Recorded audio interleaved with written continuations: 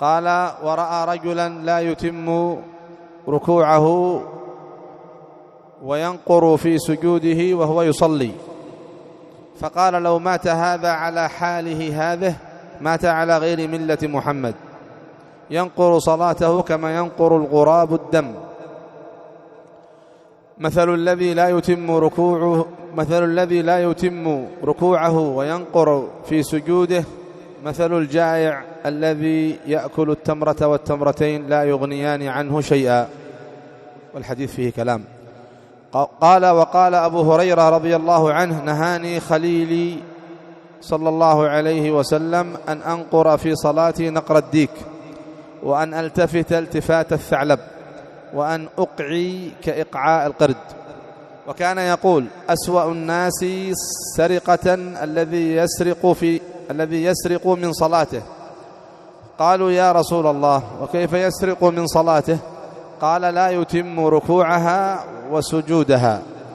وكان يصلي فلمح بمؤخر عينه إلى رجل لا يقيم صلبه في الركوع والسجود، فلما انصرف قال: يا معشر المسلمين، إنه لا صلاة لمن لا يقيم صلبه في الركوع والسجود.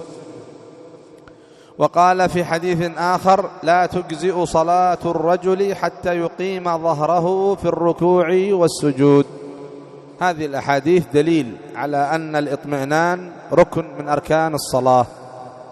الإطمئنان سواء كان في الركوع أو الإطمئنان في السجود، نعم، ركن من أركان الصلاة. هذا قول أكثر أهل العلم.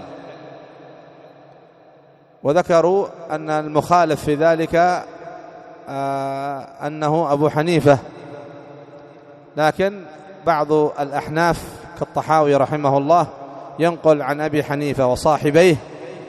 من صاحبه؟ أبو يوسف ومحمد بن الحسن الشيباني. ينقل عن أبي حنيفة وصاحبيه افتراض الطمأنينة في الصلاة. إذن هذه الأحاديث التي ذكرها الشيخ رحمه الله تعالى تدل دلالة واضحة أنه لا تجزئ صلاة، لا تصح صلاة، لا تتم صلاة إلا بأن يقيم الرجل صلبه وأن يقيم الرجل ظهره في الركوع وفي السجود.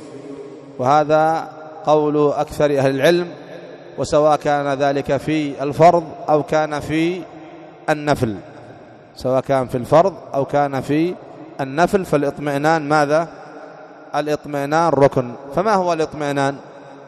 الإطمئنان إيش معنى الإطمئنان؟ الإطمئنان هو أن تستقر الأعضاء في محلها. فإذا ركعت تركع حتى تستقر الأعضاء في محل الركوع، إذا سجدت تسجد حتى تستقر الأعضاء في محل السجود. وبعضهم يعني يقول أن تمكث في الركن بقدر الذكر الواجب فيه. أن تمكث في الركن يعني في الركوع، في السجود، في القيام، بقدر الذكر الواجب فيه.